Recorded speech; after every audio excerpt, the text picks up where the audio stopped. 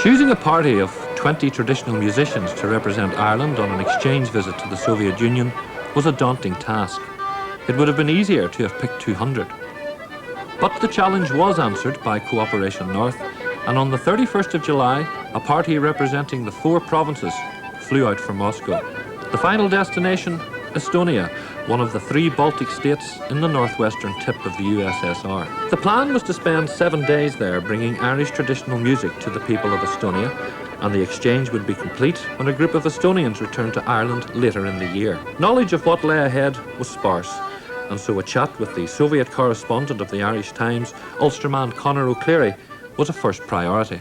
You're here at the height of the summer season and the hotels are bound to be crowded, and you'll see queues here just as you'll see queues in the streets, which is one of the first things that most visitors to the Soviet Union notice. And indeed it's one of the things that Mikhail Gorbachev is trying to change. He said in a speech at the Central Committee just on Saturday last that one of the big problems here is the amount of time people spend queuing at shops to buy just ordinary everyday things. And one of the more ugly aspects of Soviet society here is you see wine queues, people queuing for vodka for hours because of the shortage of alcohol. This hotel is typical of the 1 or 2 big hotels that most of the cities in the Soviet Union have for foreigners. Unfortunately, there's a system that works here that this hotel isn't open to Soviet citizens, and you'll only meet foreigners here, so it's not a typical Soviet hotel from the Soviet point of view. You have to use hard currency here, money that is not Soviet rubles, whereas the Soviet citizen is not allowed to hold Soviet rubles and is not allowed to goods like that here with foreign currency. Very good. Barbarian on the alley.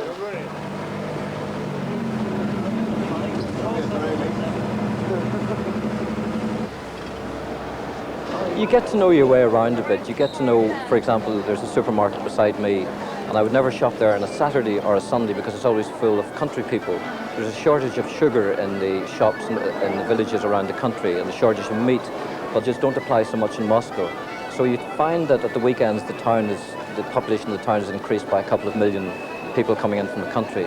But I would never go to the supermarket on a Saturday. I'll buy my things there on a Friday evening when it's fairly quiet. And I know when the bread shop has got fresh bread and when there's a small queue there.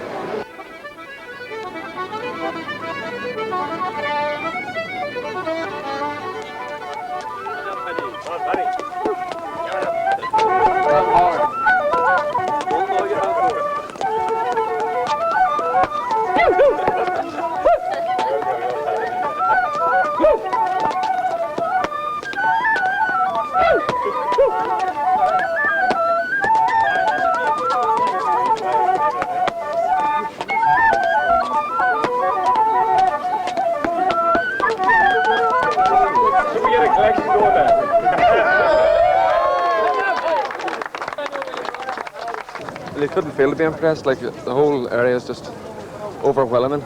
It's hard to take it all in and believe you're actually here. It's like a sort of dream. The greatest privilege of all, yes, is to be buried here. Who's over there? Paddy volunteered. Who's over there along with Uncle Joe? Paddy's a box there for you. Oh, a new experience, culture shock.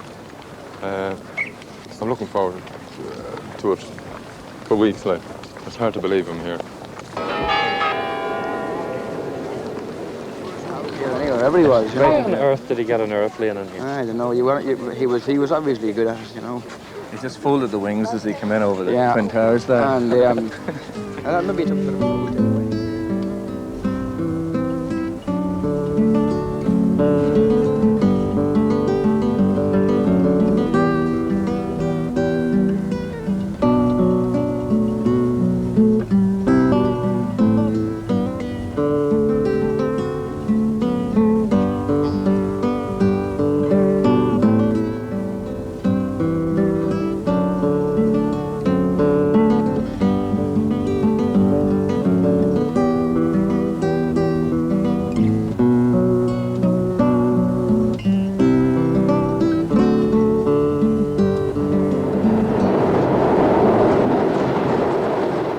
From Moscow to Tallin, a 14-hour overnight train journey which gave tour organiser Tommaí Fegan ample time to worry about the expanding itinerary.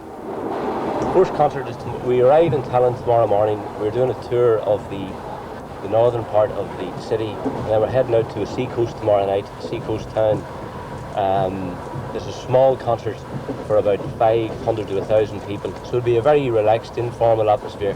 And I just heard this afternoon a number of musicians who are going to be accompanying us. So whatever program I've worked out, I've got to expand it. We have the most elastic band in the world at the moment.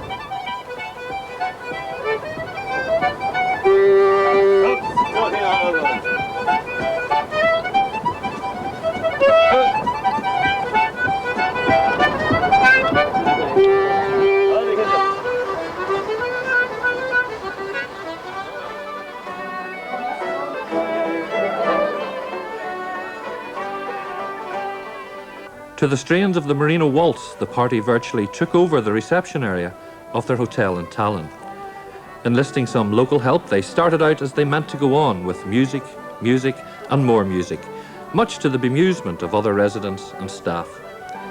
But friendships were already being formed through the international language of the fiddle, bodhrán and pipes.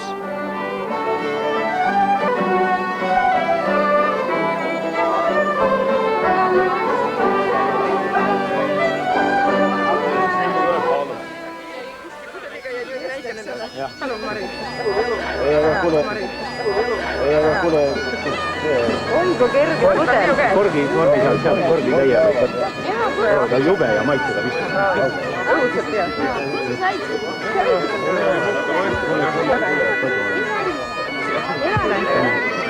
St. Patrick.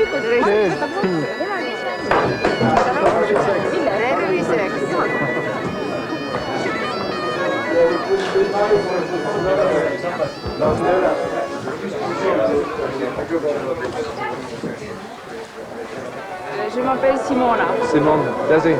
Simon. Simona. Simona. Desi.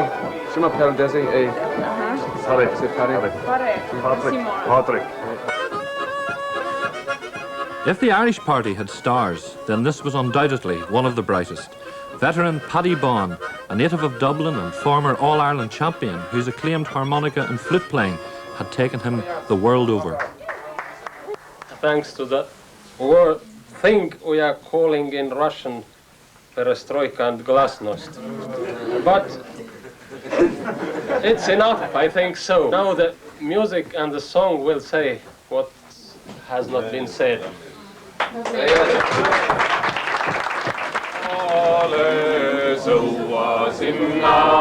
the Irish, Estonians don't really need an excuse to have a party.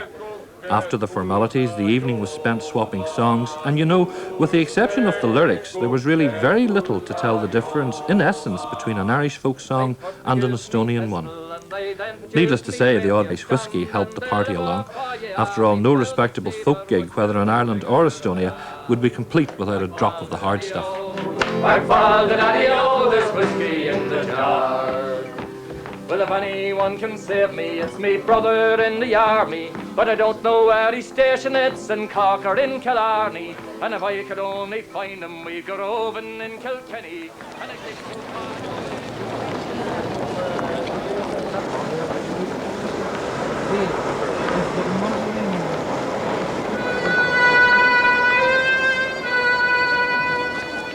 Tallinn is the capital of Estonia, one of the 3 Baltic states and one of the 15 republics that make up the Soviet Union.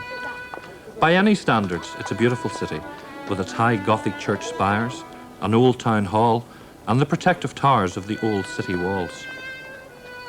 One of the first things that strike you about it is how much better dressed they are. The Soviet Union is notorious for ill-fitting, poor quality clothing, but these well-groomed Estonians are notable exceptions. Tallinn itself is charmingly medieval, parts of the old town dating back to the 13th century. But its small, narrow streets and cobbled paving stones are familiarly European, as indeed is the look of the people themselves. Tallinn is proud of its past and intends securing its future, an ideal setting then for the music of traditional Ireland.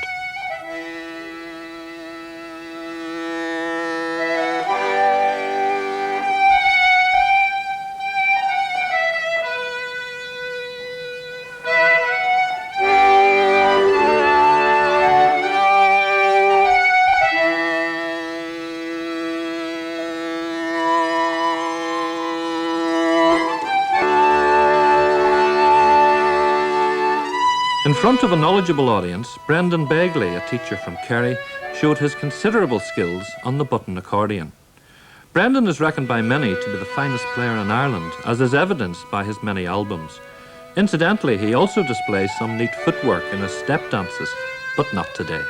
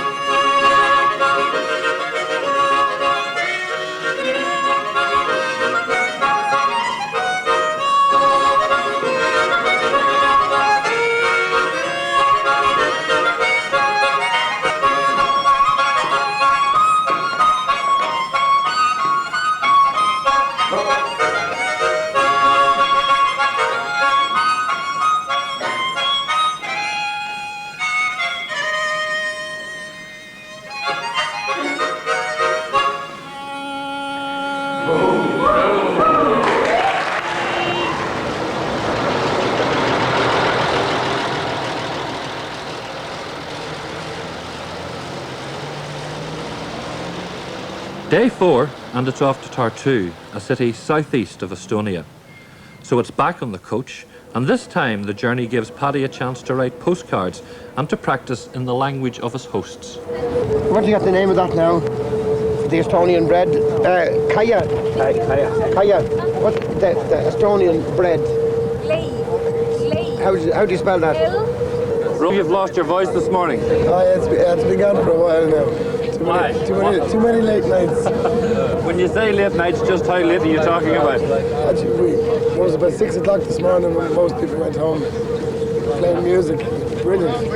We've never, in what is it, 40 or 50 years going around on the stage, I've never seen never felt such a rapport with an audience. The university town of Tartu is the elegant setting for yet another full house concert. Performed in the main hall of this famous seat of learning, the audience comprised mainly of students and teaching staff. Tartu University never had a lecture quite like this before.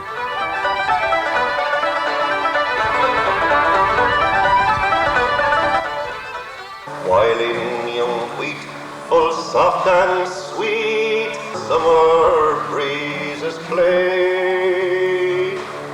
But it was not long till lions came on, saying, "Time's not mine or yours."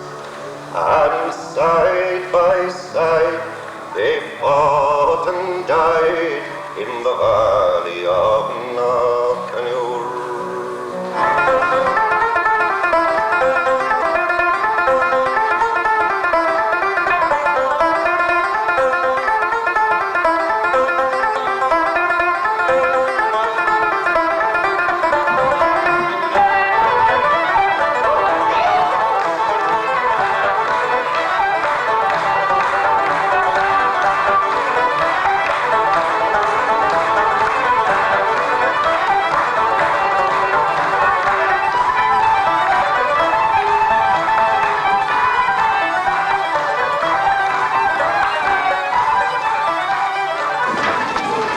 If you enjoyed the concert.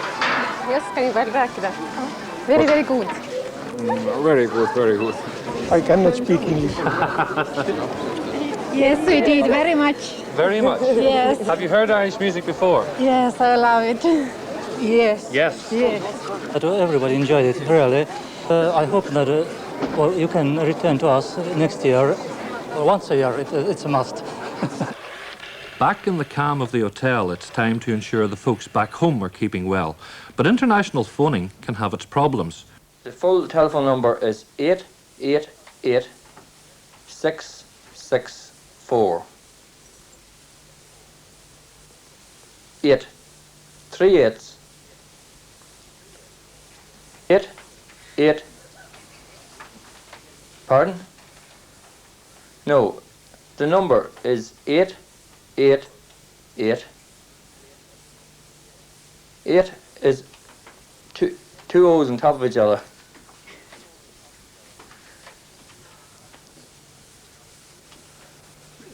Sorry, could you repeat that? Yeah, 888 is part of the number. 8, yes. It is a number between 7 and 9. I don't believe he ever did manage to get through.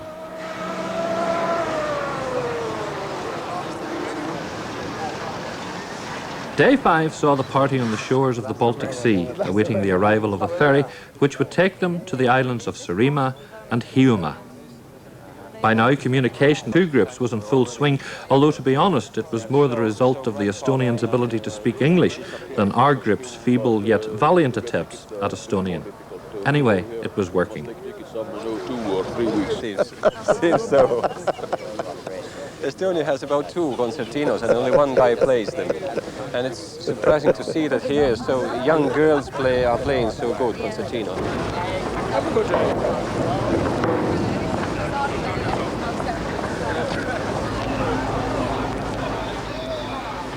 Sarima was still 4 hours away, time to make new friends and, as always, play some music.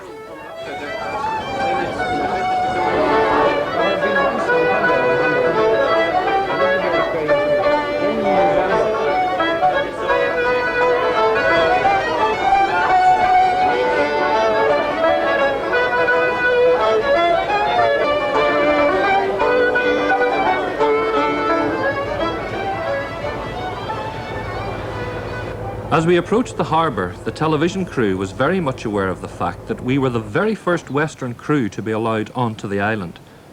Up until then, the Soviet government had been somewhat sensitive about foreigners visiting this strategically placed island. So perestroika had become a tangible reality. What they were protecting, we didn't see, nor did we care, as our visit was above such things. Life in Sarima is, as you would expect life on any small island, slow and sleepy.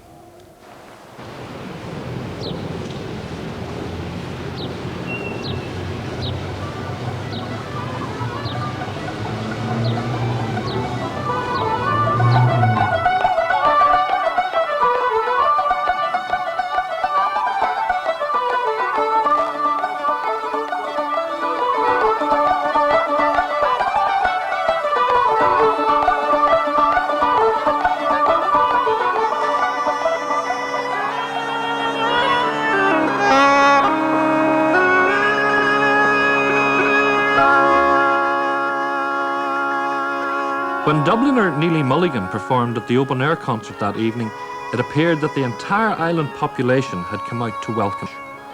You can be sure the Uilleann pipes, which were made for Neillídh's father in 1939, have rarely been heard by a more enthusiastic yet curious audience. In fact, most of the islanders never knew such an instrument existed.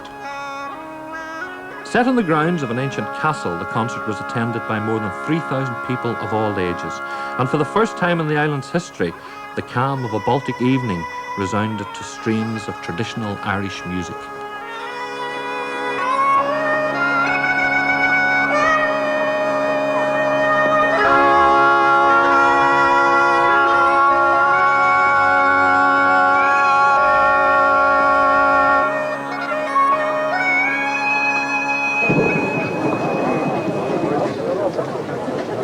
Both Estonians and Irish people are rather small nations, and cases, I'm sure that small nations have some identical feelings about nature, about music, about everything that can be called culture.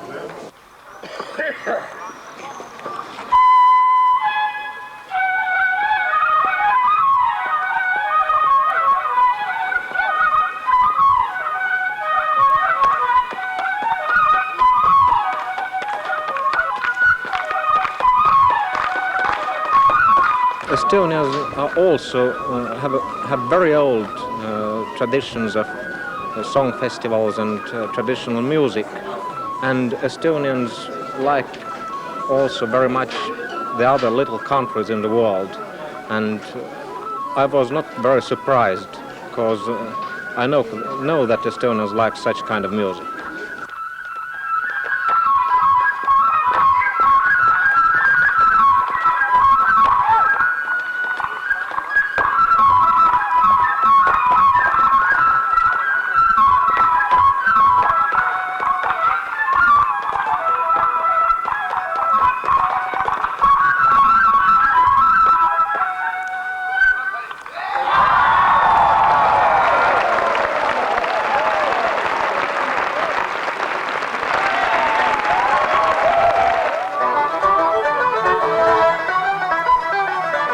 As the evening wore on, it became evident the islanders were not content to just sit and listen. After all, music is for dancing, and that's exactly what they did. Jigs and reels was the order of the night, and if you could put one foot in front of the other, well, that was the only requirement to dance. Amid all the fun, the Irish party had yet one more surprise for the local people. Before the trip back in Dublin, fiddle player Neillídh had acquired the sheet music of a traditional Estonian folk song. Along with 5 others in the party, they perfected the tune, and when they performed it in Sarima, the atmosphere was electric.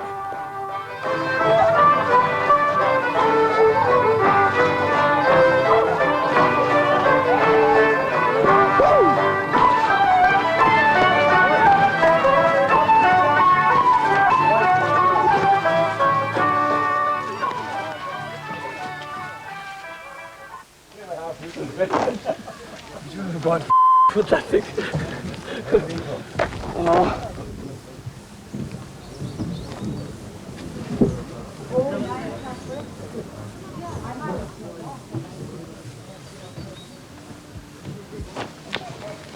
Morning comes all too soon, and the precise schedule set up Estonians was beginning to tell on some of the musicians, some feeling a little more delicate than others. But a new day brought new adventures and another concert, this time on the neighbouring island of Hiuuma. I was asked on behalf of our group to put some sort of a message, and well, you know yourself, what do you say in a few lines about this past week? What words of wisdom have you come up with? It's because we're in a hurry, but it's something along the lines like, to all the beautiful people who have made the Irish feel. And I'm halfway through the sentence when you interrupted me. Don't talk to me now. I'm feeling weary but happy. Did you get to bed at all last night? Well, I got a few hours sleep, but not very much. God knows what's going to happen in this return visit.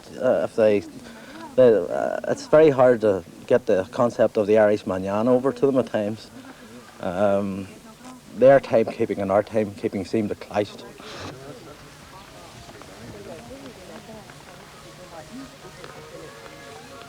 Revisited a lost home.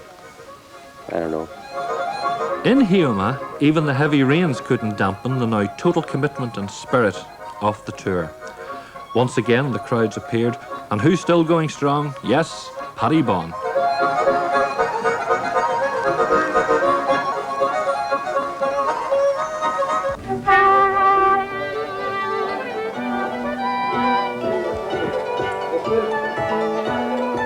Backstage, the familiar sounds of strings being tuned and replaced. A common occurrence for folk musicians all over Ireland, but in Estonia, replacement strings for guitar, fiddle or banjo are practically unheard of. Such luxuries are just not available in the Soviet Union.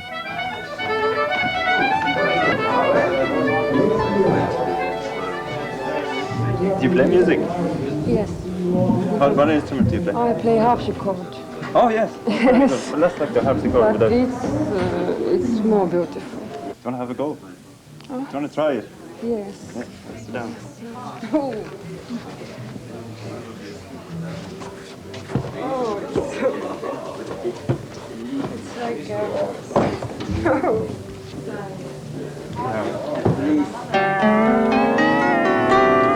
There you go. I haven't.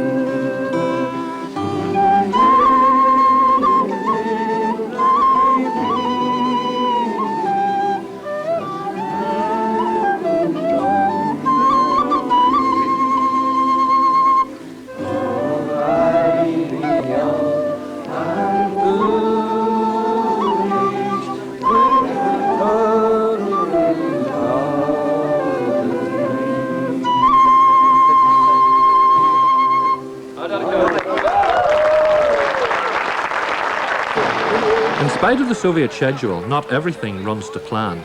This downpour left its mark and left the back wheels of the coach firmly rooted in Soviet soil. Total confusion reigned until as banjo player Jerry McCartney came up with a bright idea. I had an alternative suggestion, that was to put Desi Wilkinson's pipes under to give it a bit of traction, you know, because as far as I could see, I think we're knackered. With a capital F.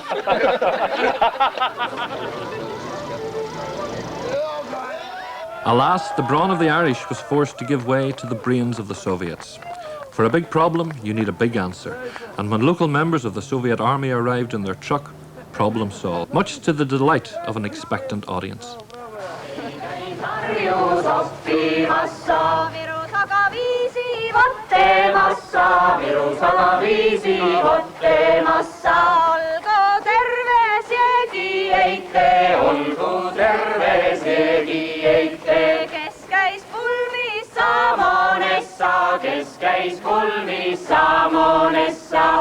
Back in Tallin, and the scene was set for a concert in the grounds of an ancient abbey. It was the last chance for the Irish and Estonians alike to celebrate what had been a highly successful and historic visit. As it had begun, so did it end, in laughter, fun and understanding between two cultures on the face of it so dissimilar, yet, as was proved, with so much in common.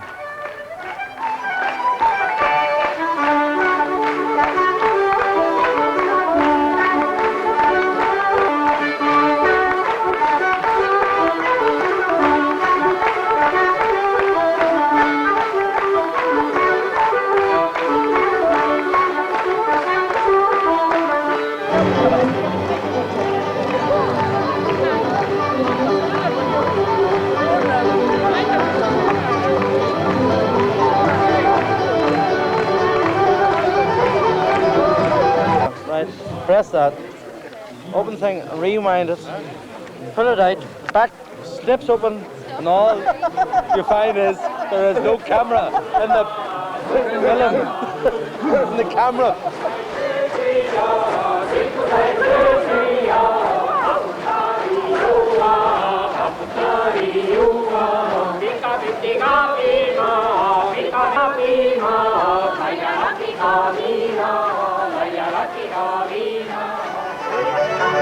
As the evening wore on, thoughts were beginning to focus on the return visit to Ireland and to yet another opportunity to share in the fellowship of music.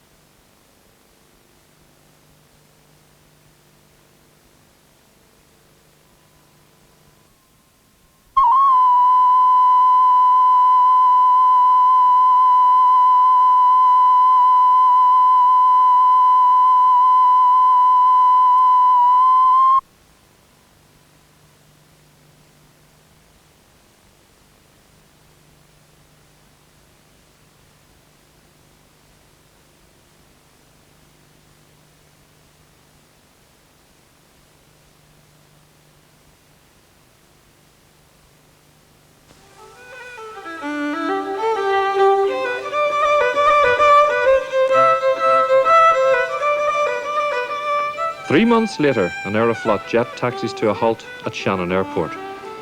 On board, 25 Estonian musicians anxious to renew acquaintances. For many, it was the first time outside the Soviet Union, and so the reunion was both emotional and historical.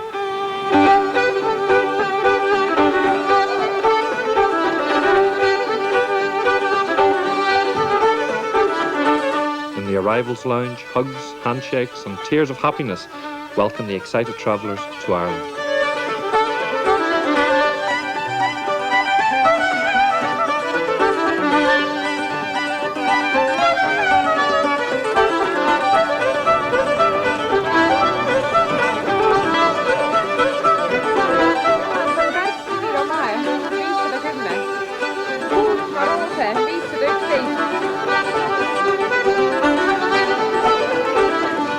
The Irish people and the Estonian people, they are very alike. There's something in common with them. And I think that even in the bus, I couldn't tell which of them were Irish and which of them were Estonians. First of all, I must say I'm not there yet. I'm just slowly and slowly coming down. And it's very much like a dream.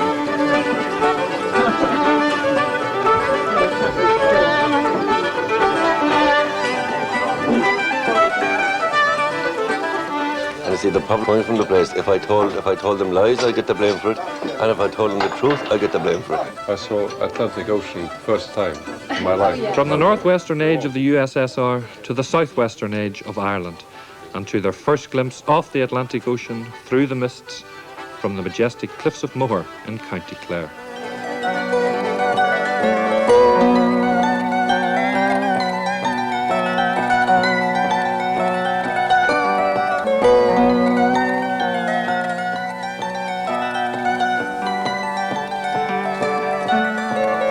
For years it has been forbidden celebrating Christmas, but now it has always been done. Even during these years, it was not very. In the 50s you could be sent to Siberia for celebrating Christmas, and then after that it was just not good to do it. You looked, but now it has become a national tradition once again.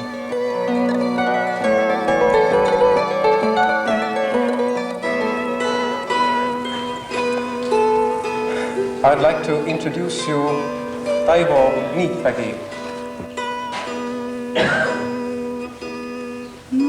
Jumal, Jumalukene, oh Jumal, Jumalukene. Selita segane ilma, selita segane ilma. Päeva pilvedesta, tästä päeva pilvedesta.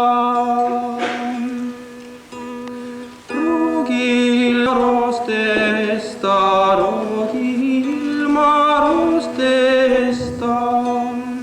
Kaasilma kastesta, kaasilma kastesta.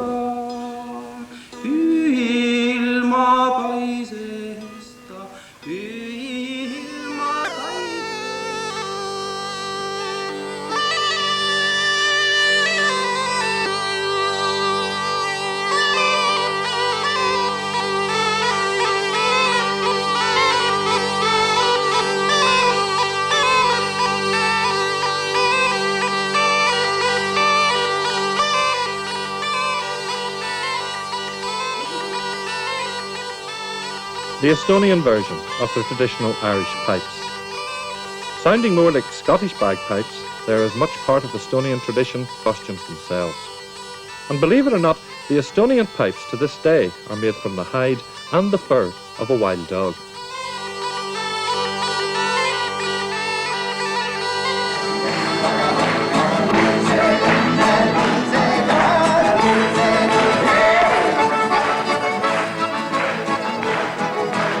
Now, is this an Irish folk song or an Estonian one? Only the lyrics can provide the answer.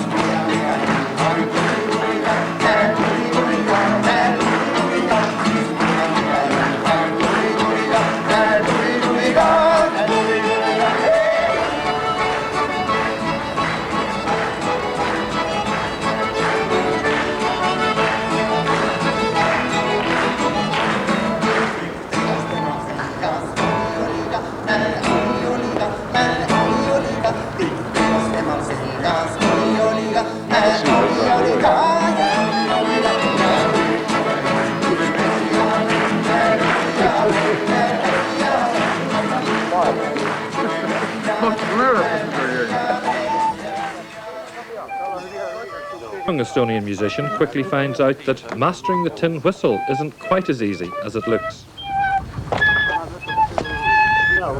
No. But her companion had no difficulties bowing his fiddle in jig time for a duet with an Irish musician on Drowsy Maggie.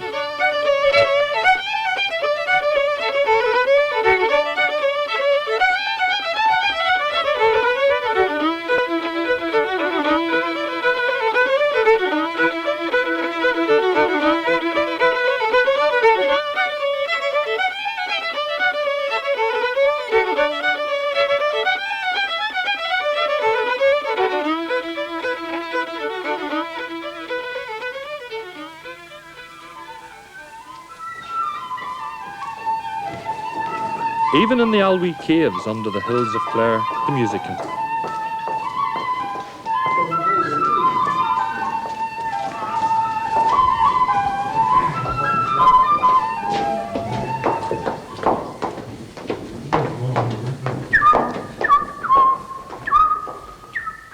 The darkened underground passageways and caverns provide perfect natural singing acoustics.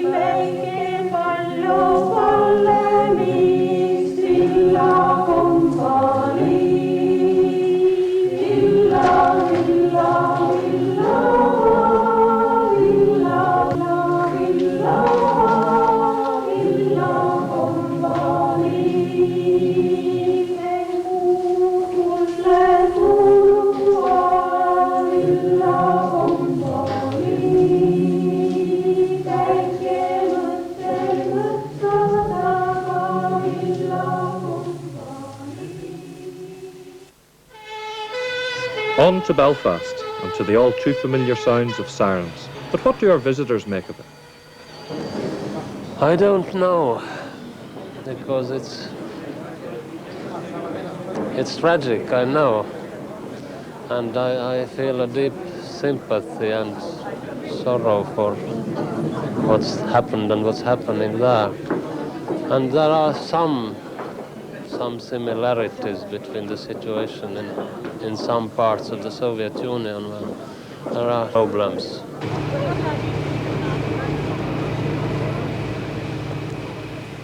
I have followed the news about the things that take place there. Not that I'm afraid, but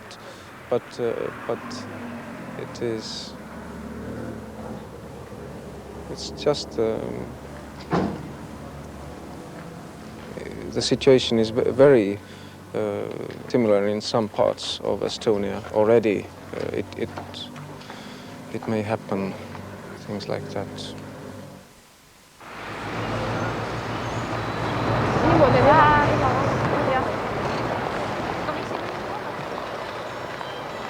As with most visitors to Northern Ireland, it's soon realised that news headlines do not always reflect the normality of day-to-day living in the province, and the first shocking spree gets underway. The ruble may not command the power of the pound, but the attraction of row upon row of well-stocked shelves is a sight too tempting for our visitors. Because of stringent Soviet laws prohibiting the buying of sterling, it was left to the Irish hosts to ensure that their guests had a few pounds spending money. Shopping proved a real treat. Not only had they immediate access to merchandise that could just not be contemplated back home, but they didn't even have to queue.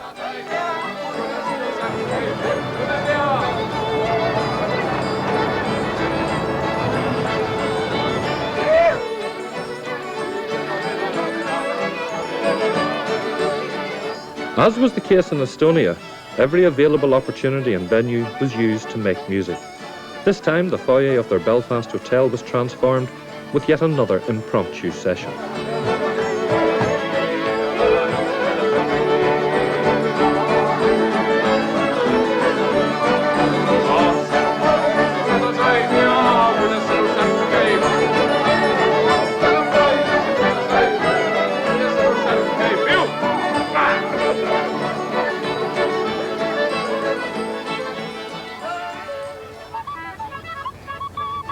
It's time to get back in the coach again, and there's a chance for a quick nap or a private reflection on the adventure so far as they head south along the road to Newcastle and to the Kingdom of Mourne. It just has to be photographed for the people back home. The mountains of Mourne sweeping down to the sea provide an addition to the Estonians' Irish song collection. So I just took a hand at this digging for gold. But for all that I found there, I might as well be where the mountains of Mourne down to the sea. That's all we know. Now, she may have had problems with the tin whistle, but singing in Irish, child's play.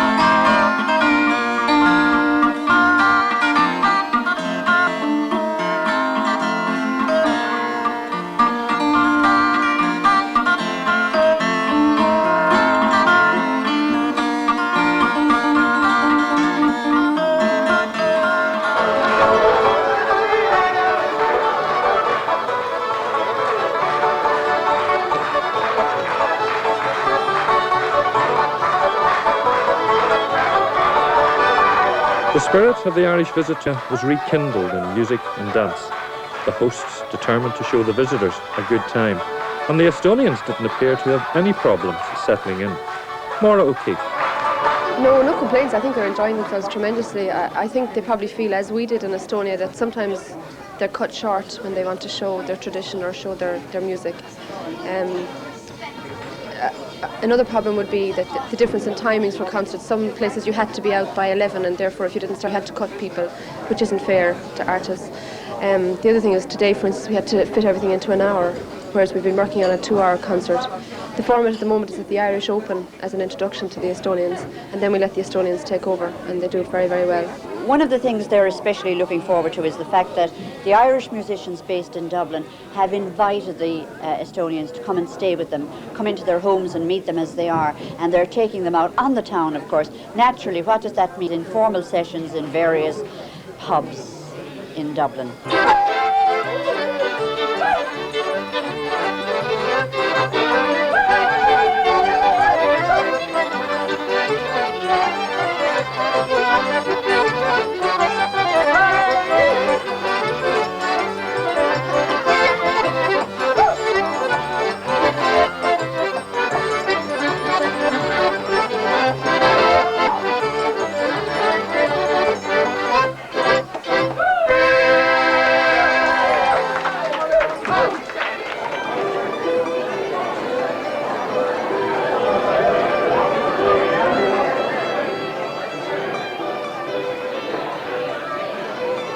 The farewell banquet in Bunratty Castle en route to Shannon for their Aeroflot connection is an emotional ending to an experience they will never forget. For who knows, the group will meet again to exchange music and culture. It's been such an enriching experience, such an educational experience, and such a rewarding one. But it really is, it's borders on the emotional.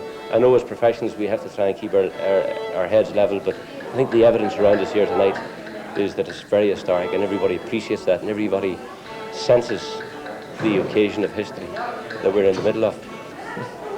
Imagine, you know, I know it will be a very, very, very, very sad time to leave this country. It's really, you know, I should say that if radio reporter will not have any words, it means something.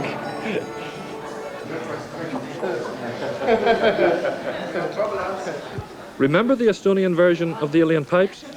Well, the Irish party decided this opportunity too good to miss. So they clubbed together for a little present.